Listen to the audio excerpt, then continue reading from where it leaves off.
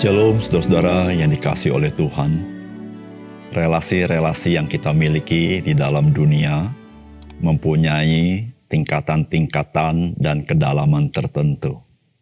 Dan tentu saudara, relasi di dalam keluarga itu merupakan relasi yang paling dekat dan paling intim. Dan kita punya relasi yang lain, relasi teman, persahabatan, relasi bisnis, dan lain sebagainya. Saudara, bagaimana relasi dengan sesama orang percaya? Saudara, sesama orang percaya kita adalah saudara seiman di dalam Tuhan Yesus. Dan kita semua mendapat bagian di dalam Roh Kudus. Saudara, seharusnya relasi kita satu sama lain sebagai saudara seiman adalah juga relasi yang dekat, sehingga kita bisa saling menguatkan. Salam jumpa dalam program Tuhan adalah Gembalaku.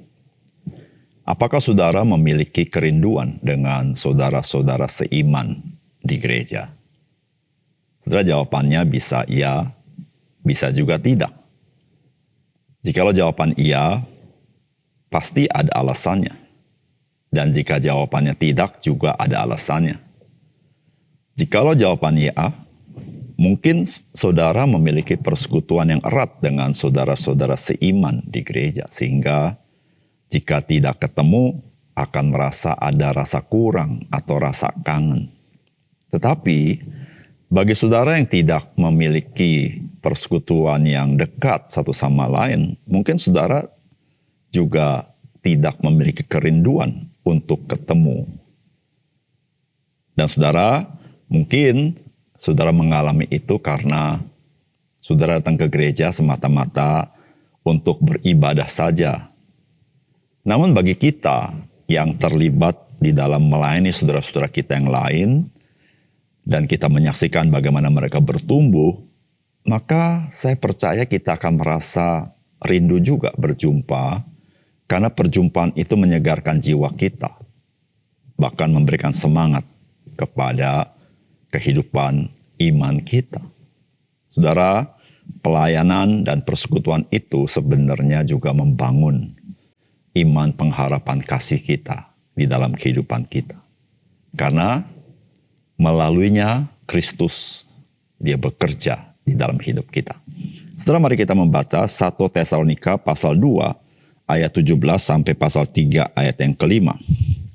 Tetapi kami saudara-saudara yang seketika terpisah dari kamu jauh di mata tetapi tidak jauh di hati, sungguh-sungguh dengan rindu yang besar telah berusaha untuk datang menjenguk kamu.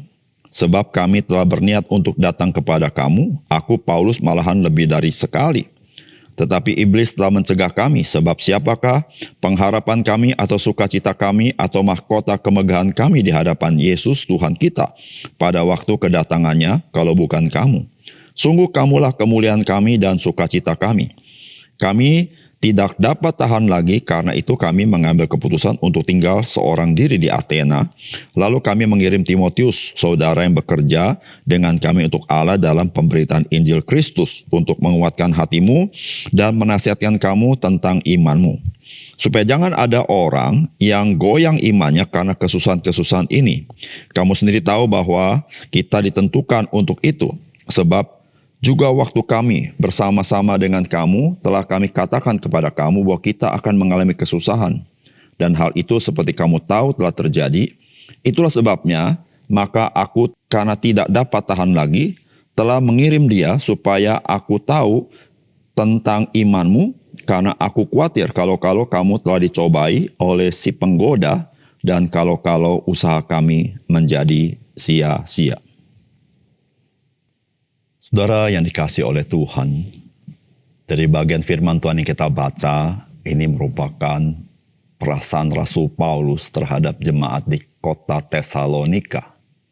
Dan kita tahu saudara, Rasul Paulus meninggalkan kota Tesalonika, saudara, bukanlah dalam keadaan yang normal, tetapi terpaksa meninggalkan kota itu karena memang banyak orang yang kontra kepada Rasul Paulus. Sehingga saudara, pelayanan Rasul Paulus belumlah selesai dan belumlah tuntas di dalam menolong orang-orang percaya di sana.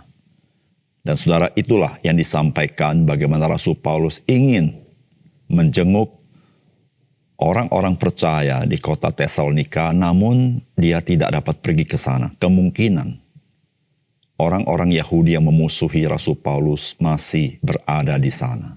Saudara, apakah pesan firman Tuhan bagi kita?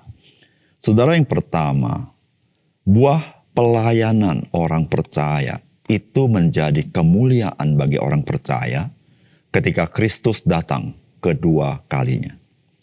Firman Tuhan berkata begini, sebab siapakah pengharapan kami atau sukacita kami atau mahkota kemegahan kami di hadapan Yesus Tuhan kita.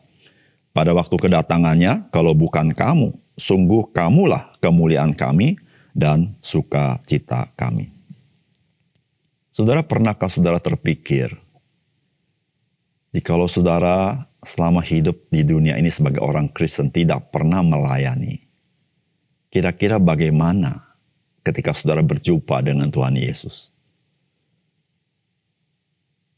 Saudara, Rasul Paulus mengatakan bahwa orang-orang percaya di kota Tesalonika itu menjadi pengharapan, sukacita, mahkota, kemegahan Rasul Paulus di hadapan Tuhan ketika Tuhan datang kembali.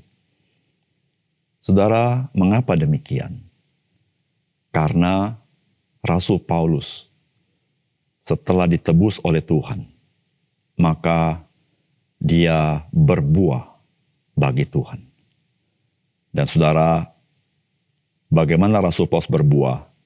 Bukan karena Rasul Paulus hebat, tetapi dia mengizinkan Roh Kudus bekerja dan dia mentaati panggilan Roh Kudus. Dan kita tahu saudara, ketika Rasul Paulus masih melayani di Asia Kecil, maka ada panggilan Makedonia. Dan itu pekerjaan Roh Kudus dan Paulus mentaatinya. Saudara, disitulah saudara, bagaimana Rasul Paulus melihat buah itu dan dia tahu waktu Tuhan Yesus datang kembali, maka buah ini menjadi pengharapan, menjadi sukacita, menjadi mahkota kemegahan Rasul Paulus yang Tuhan berikan kepadanya. Saudara, oleh karena itu saudara, mari kita jangan berpangku tangan. Kita tidak melakukan pekerjaan Tuhan, sehingga kita tidak berbuah, saudara. Nanti ketika Tuhan Yesus datang kembali, saudara, apa yang kita bawa kepada dia? Oleh karena itu, saudara, ketika kita melayani Tuhan, Tuhan bekerja, dan pasti ada buah yang menjadi kemegahan yang Tuhan karuniakan kepada kita ketika dia datang kembali. Yang kedua, sebagai orang percaya, kita perlu saling menguatkan satu dengan yang lain. Sebab kesulitan dan penderitaan kehidupan itu nyata juga di dalam kehidupan kita, termasuk juga ajaran-ajaran sesat. Saudara, firman Tuhan berkata begini, lalu kami mengirim Timotius, saudara yang bekerja dengan kami untuk Allah dalam pemberitaan Injil Kristus, untuk menguatkan hatimu dan menasihatkan kamu tentang imanmu, supaya jangan ada orang yang goyang imannya karena kesusahan-kesusahan ini. Kamu sendiri tahu bahwa kita ditentukan untuk itu. Ayat yang kelima, pasal 3. Itulah sebabnya, maka aku karena tidak dapat tahan lagi telah mengirim dia, supaya aku tahu tentang imanmu, karena aku khawatir kalau-kalau kamu telah dicobai oleh si penggoda, dan kalau-kalau usaha kami menjadi sia-sia. Saudara, dari sini kita tahu kenapa Rasul Paulus ingin sekali pergi ke Tesalonika. Saudara, ini bukan berbicara masalah perasaan Rasul Paulus semata-mata, tetapi Rasul Paulus merasa bahwa jemaat Tesalonika masih membutuhkan nasihat dari Injil Tuhan. Saudara, disitulah saudara ketika Rasul Paulus tidak bisa pergi ke Tesalonika, maka dia mengutus Timotius dan dia rela tinggal sendiri di kota Athena. Semata-mata adalah supaya menggenapi apa yang perlu dia lakukan kepada jemaat di Tesalonika. Sebab saudara-saudara, jemaat Tesalonika juga akan menghadapi kesulitan dan penderitaan. Bukan itu saja. Ada penggoda-penggoda dari pengajar-pengajar sesat, kemungkinan dari ajaran Yudaisme yang mengembalikan orang Kristen untuk kepada aturan-aturan orang-orang Yahudi. Saudara, dari sini kita belajar bahwa kita sebagai orang percaya, maka kita memiliki satu hak istimewa dan kepercayaan untuk kita bisa saling menasehati, saling menguatkan satu sama lain. Saudara, di situ saudara-saudara, selain misi kita untuk memberitakan Injil kepada orang-orang belum percaya, tetapi saudara, bagaimana kita terhadap saudara-saudara seiman? Saudara, bukankah saudara-saudara seiman kita juga menghadapi kesulitan dan penderitaan dalam hidup ini? Bahkan bisa saja ada ajaran sesat di sekitar mereka. Saudara, disitulah saudara-saudara mengapa kita perlu bertemu satu sama lain di dalam persekutuan di antara kita. Untuk kita bisa saling menguatkan, saling menasihatkan satu sama lain. Saudara, disitulah saudara, kita boleh dipakai Tuhan. Dan kita bisa melihat melalui hidup kita, orang diberkati Tuhan. Maukah saudara dipakai Tuhan menjadi saluran berkat Tuhan, menguatkan, membimbing, menguatkan iman saudara-saudara seiman, saudara-saudara seiman di dalam Kristus yang di gereja kita masing-masing. Mari kita berdoa. Bapa surga, terima kasih untuk firman Tuhan yang kami baca dan renungkan hari ini. Kami berterima kasih bahwa Tuhan, Engkau senantiasa mau pakai hidup kami. Dan biarlah kami juga memiliki kerinduan yang sama untuk kami boleh dipakai Tuhan, untuk kami melayani satu sama lain, sehingga hidup kami yang sementara boleh bernilai di dalam kekekalan. Terima kasih Tuhan. Dalam nama Tuhan Yesus kami berdoa. Amin.